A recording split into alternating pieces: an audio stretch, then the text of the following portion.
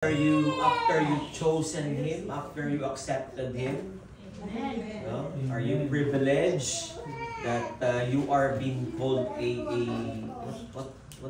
this ambassadors of Christ, and we are more than conquerors through Him. Amen? Amen. Amen. Ano bang number yun? 6. 6 na. Hindi po pa natapos yung 5. Okay. So that is the reason why we will continue this session.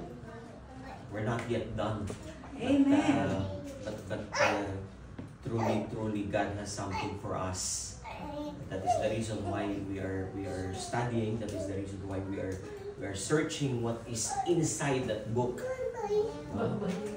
Because we know, we understand that on that book, on that Bible, the Lord has commanded everyone who accepted Him. Amen? Are you really observing what is happening to you after you said to the Lord that in a simple prayer,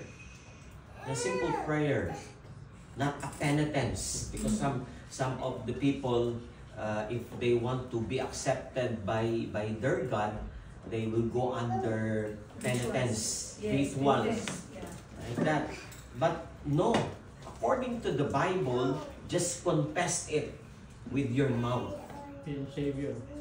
That He is my Savior, that He is my Lord. Amen? Truly from the bottom of your heart, not from your mind alone. You understood Him by your mind and not from your heart. So the Lord is really searching and looking inside of every human. Amen? Our hearts never lie. Amen. So this afternoon, allow me to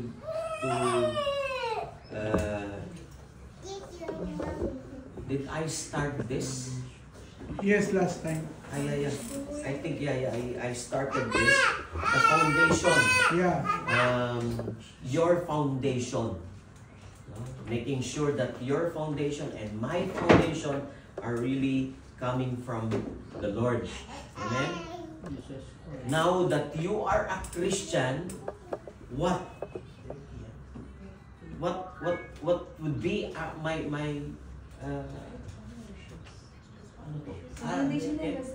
okay. All right. Okay. Yeah. What would be my duty now as a Christian, as the one who gave life to Christ? When you said to the Lord, "Yes, Lord, forgive me." Did you pray for that before? Amen. Or you are continuously praying for that every meeting that we have. Lord, forgive me. Lord, forgive me. Lord, forgive me. Sabi ng Panginoon, oh my God, what kind of child is this? Always asking forgiveness. Oh, the Lord is really forgive us all of what we have done. That is, mark that on your life, on yourself. He forgave you whatever you're doing, whatever you're making everything that you are doing before. Your past, as our preacher says, forget about that past. When you are with Christ, when me and you are with Christ, every past, New creation. amen? Every past has been passed away. Kaya nga past yan, pass away yan. No? Sabi nung ibang tagapangaral dyan, yung every pass away. No? Every pass away daw. Every pass should be put in a box and throw it out. Amen? We are a new creation, that we are declaring that. We are the new creation. Me and you are in the same plot now. maybe you are from India and we are from the Philippines, but in God's people, in God's kingdom, we are already one. Amen. Amen. And this is the reason we are making sure that our foundation is found only in Him. This is what the lesson is talking about. In this lesson, we will talk about the importance of building a strong foundation for our lives. Like house or building, it cannot be without foundation. I think I discussed this already from the last time. The strength of the house depends upon the strength of its foundation. I am not a mason or I am not a carpenter, but the way I understood it, the foundation is found where? If you are building a building or a house, where it should be located, the foundation. Anybody? Saan ba napupunta yung foundation? In the middle, in the side, in the top, what? What? Ilalim. Ilalim. Okay. Underground. Okay. You have to dig. Okay. So that you can strengthen the whole foundation. Yan muna inuuna, right? In a building, in your project, in your house, what you have to always do is what to put first? The foundation. If the foundation was secure and it's really strong, the whole house will be strong. Amen. Okay? So, I know you understand what the foundation is.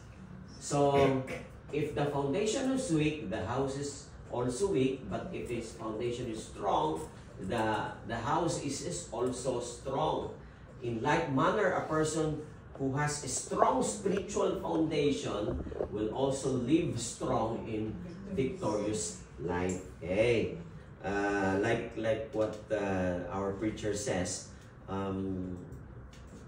the verse that she read about the struggles or the hardship in life. Man. Any one of us still living and still following the Lord are no excuse for hardship. Yes. Amen. But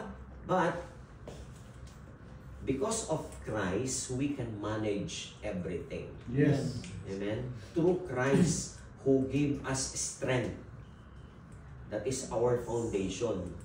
If the Lord will help us, the Lord is still alive and still making His power over us, we can also overcome. Like what He said in the Bible. Okay.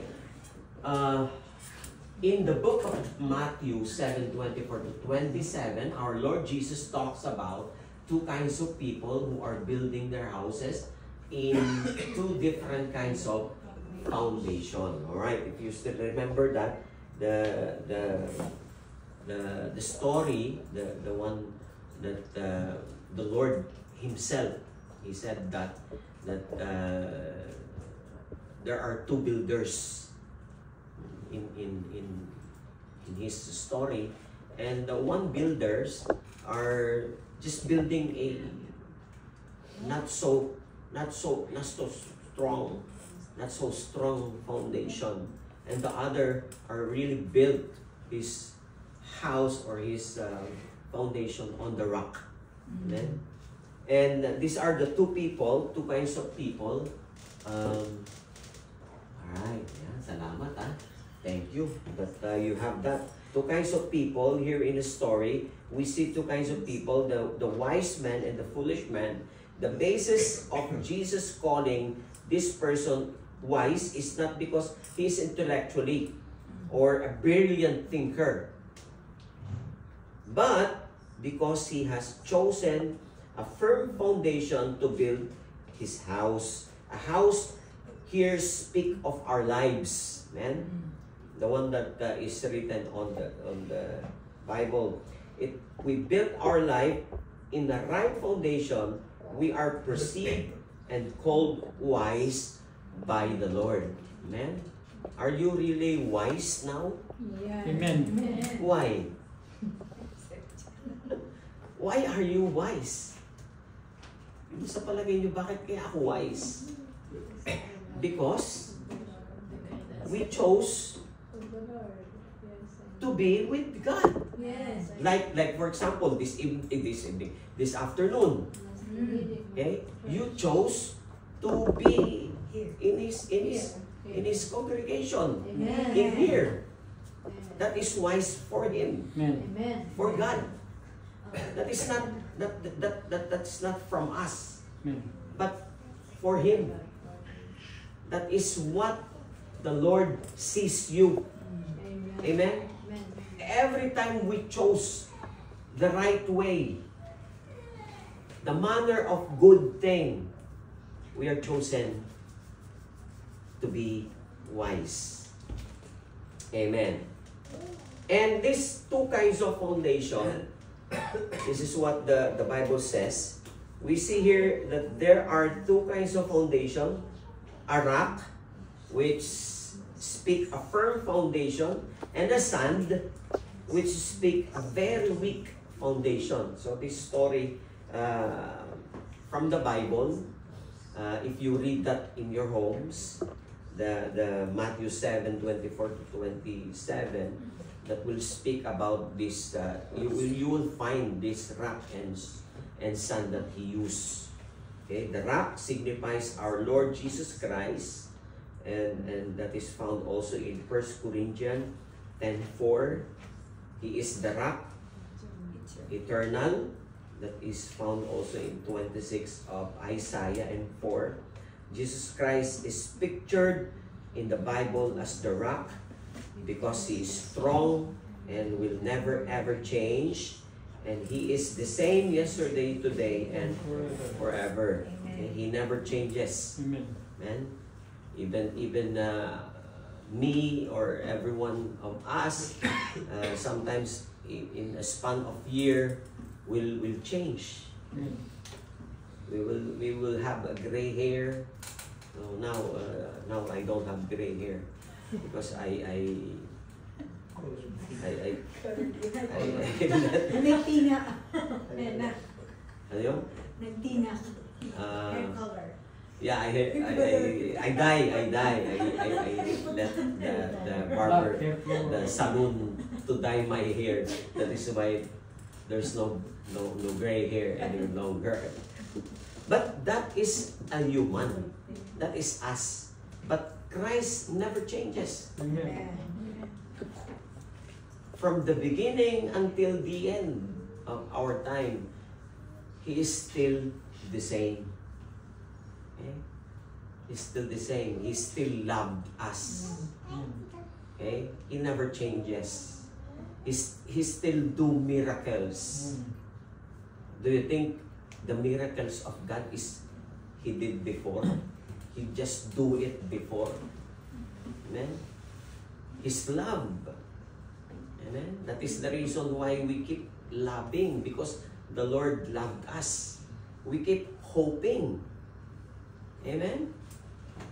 Our hope never dies, as Jesus never dies. Amen? Amen. We have everyday blessing that we receive from God.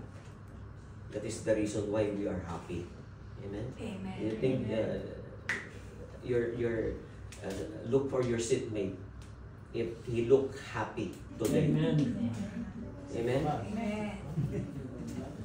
Does he look happy? Or he look happy? Or maybe he's hungry. You're hungry? You're hungry? You're hungry or angry? Are you always happy? Amen. Even though we have experience in this life. Yes. Even though we have problems.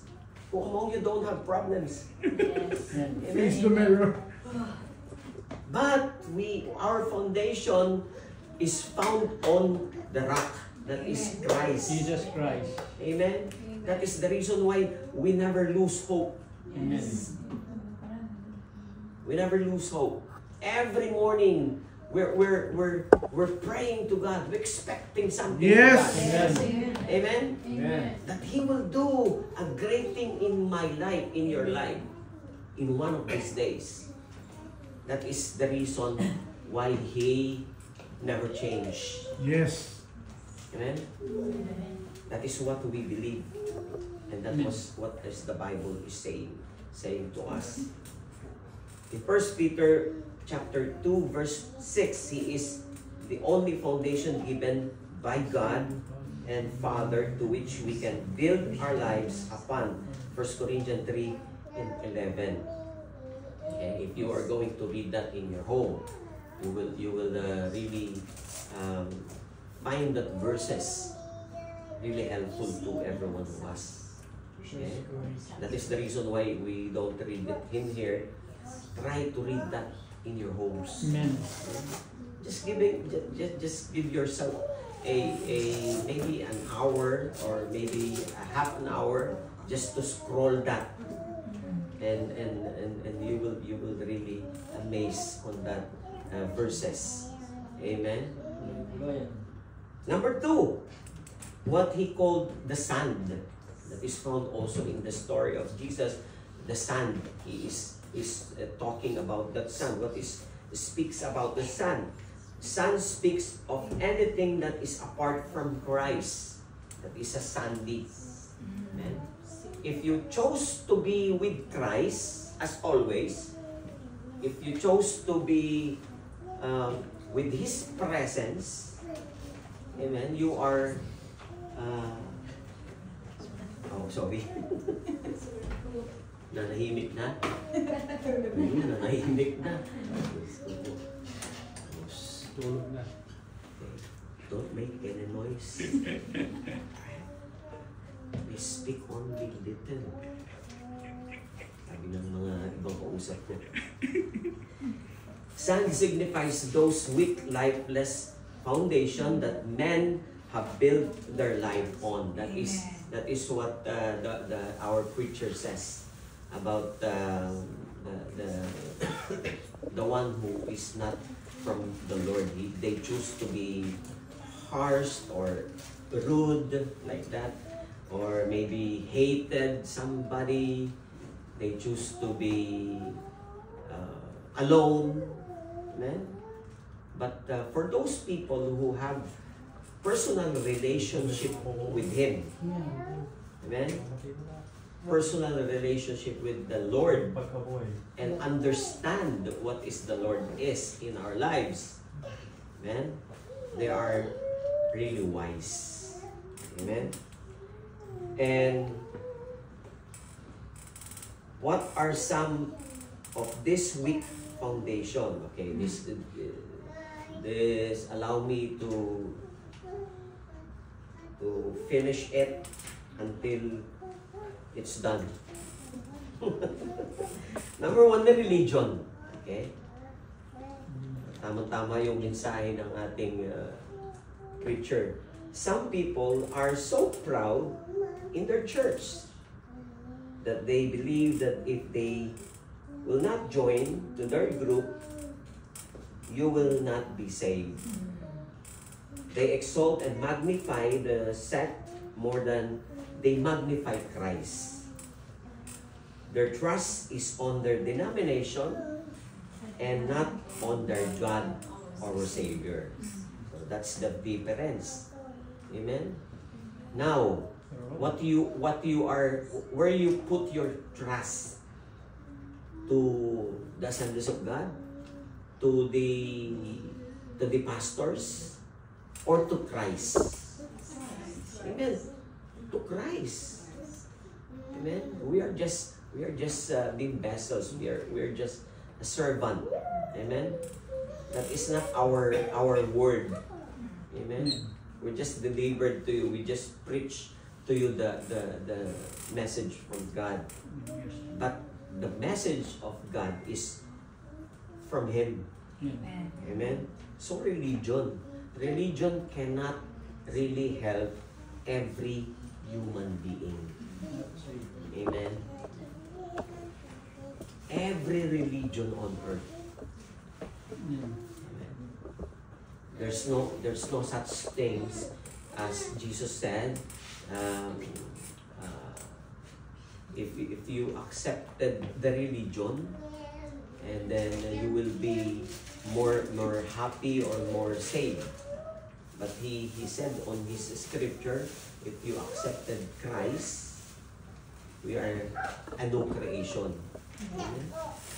If we are really going to our religion, then you cannot find that in the Bible. Yes. Amen. And the next one is the money. Who among you have money? Amen. Who among you have money now? Do you have money?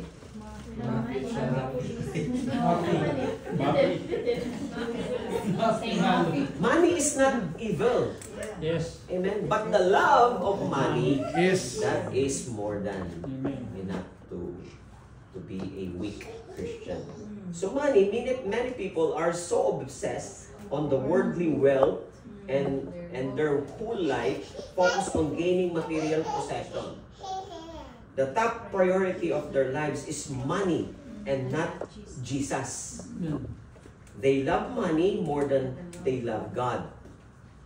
They base their worth and identity and their accumulated possession. Their trust and focus are on thing and not on the living God. Amen? So, money. So, most of the time, if you, our preacher says, the wealth, amen? The wealth of this world cannot make you satisfied, cannot make you happy.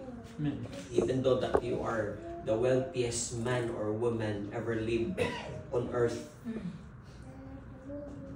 that cannot save your soul. Amen? Only Jesus, only Him, only our God can save soul, can make me more joyful. Amen? That is not happy.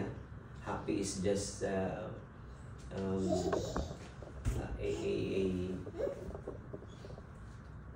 what do you call that? It's more than the joy that we receive from God. Or third one is men. Oh my God, men. Some are so dependent on other people out there that they feel they could not continue living in these people whom they look unto for help and satisfaction are no longer be there. Their foundation and their lives is based on their spouse, their parents, their friend, other and do not in Christ. Okay, so men also, if you put your trust in men, amen. If you put your hope in men, in your friend, amen, that is not really good foundation. That is the weakest foundation that you ever have. So we must put everything to Jesus. Amen. Not for men. Men can change. Amen. Men can change. Amen. Even the closest friend that you have, Yes. amen, it can change. But Jesus, only Jesus can never change. Amen. And man-made doctrine. Yan, man-made doctrine. What about this? Some people based on their beliefs, okay, and values of men, made teaching rather than the Word of God. Any doctrine that is based on the teaching of the Bible is not worthy of listening. It's much more believing. Amen. I know that you know all the some of the human or man-made doctrines. Can you give me a sample of human doctrines that you ever heard? Or you practice it before? Sige, Seventh-day Adventist. What? Seventh-day Adventist. Na-doctrine din ako ng Seventh-day Adventist. Okay, what about the doctrine? Similar, marami siyang similar ngayon dito kasi ang mas malayo yung isa, Iglesia ni Cristo. Okay, that is the religion. That's the religion. But They have differences. their doctrines, what they have taught you to follow. Magkaiba. Okay. Magkaiba. Yung Okay, sige. Ako na lang po. Kasi ako dati, Katoliko. Nung pagtanto ko, Katoliko pala yun. Hindi siya Katoliko. Kasi yung pananampalataya nila, Katoliko. yung man-made, yung gawa ng mga tao, gawa ng mga revolto, ganito, maraming pamahiin, kultur, mga ganun-ganun. Pag-isip-isip ko nun na mali pala kasi sila naniniwala sa sarili nilang mga gawa. Pero ang higit sa lahat, hindi sila naniniwala sa kung sino lumikha sa kanila. Amen. Yun lang. Amen. What he experienced before when he is a member of the Roman Catholic. Actually, Catholic is the translated for church. Catholic is meaning church. So Roman Catholic, that is the religion of Roman. But the Catholic, the word Catholic is good. That's good. That is the church. Amen. One experience before, they live according to what they've done. Amen. If you are a Catholic, if you are a Roman Catholic, you are going to be raised by men if you are always doing good. And the Bible is really so far from the truth. Amen.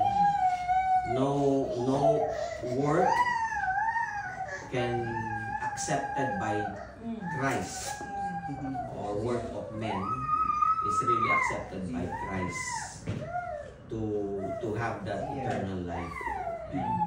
Only Jesus. Only if you will give your life to Jesus, and then ano sabi? Okay. That is one sample of man-made before. Ano pa yung sabi ni Kala? Sino yung sabi kanina? Okay. Sa Sabadista naman, hindi talaga sila naniniwala sa cross. Okay. Yes, tapos bawal sa kanila talaga ang dugo, baboy, hindi talaga kasi mga hipon, hindi talaga as in. Kaliskis. Hindi, kumakain ng may kaliskis, yung lang mga hipon, mga ganun, bawal talaga. No, maraming bawal, maraming prohibited. Amen. But what the Bible is saying is sa Iglesia ni Cristo naman, bawal na ang dugo. Pero yung salita nila, hindi naka-base sa Bible. Marami talaga. There's a lot of man-made doctrine, man-made teaching. Okay, that is what our lesson is telling about us. That avoid the man-made teaching. If you're not founding that on the Bible, don't believe on that. Amen. And then for this day is self. Those who trust in self. Do I trust myself? Okay. This is what the Bible says. This is what our lesson says. Many people are self-reliant. and independent of God. Okay? No God at all. I only trust myself. Okay? Instead of trusting and living for God, they live life that is totally void of the presence of God. They set their own laws, standard, and vision instead of walking in the ways of God, in the ways of the Lord. They focus on self and not on Christ. Amen. Kasi, so now, don't trust yourself. Amen. Amen. But trust yourself before, after you receive Christ. Amen. What is I remember what the Bible is saying. If one part of you that causes you trouble or sin, cut it off. Cut it off and throw that into the fire and let the fire consume it. Okay? If your hand causes you for sin, cut it off. Okay? I don't know if you're going to cut it off. That is not literal. Amen. If what you're doing is really sin, then cut it off. Stop sinning. Amen. Stop sinning and start rejoicing from the Lord. Amen. Amen. All right, that's all for now. I will just continue this another how many? Oh yeah, mahaba pa. Another session. Before I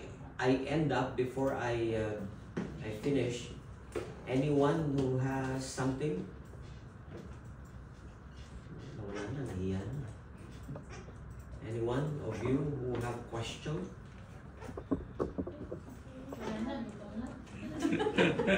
Luto na ba? Ate Janet, pati Amen. Do you have question? Ate Janet.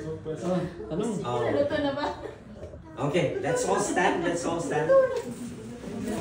Tungkol ko sa pagkain ng ano. Let's all stand and let us rejoice with the Lord. Hallelujah. Let us all bow down and let us pray. Holy Father, we are so thankful for this day that you have been given to us, Lord God, and we really enjoy your presence, oh God, that is found in this room. We are so thankful that every one of us, Lord Jesus, we understand that we are with you now. Our life is surrendered only to you, Lord God, and we will enjoy the rest of our lives as long as we live on this part of the world, Lord God. Thank you and allowed us, Lord Jesus, allowed our life to be used by you, Lord God. In this whole week, Lord God, let us stand on that foundation. Let us stand on you, Lord God, to declare, to proclaim to the whole world that only you can really make our life good and really make us have eternal life, Lord God. Thank you for saving every one of us. Thank you for accepting everyone's souls in this morning, Lord God. This is all we pray. This is all our thanksgiving in Jesus' name. Amen.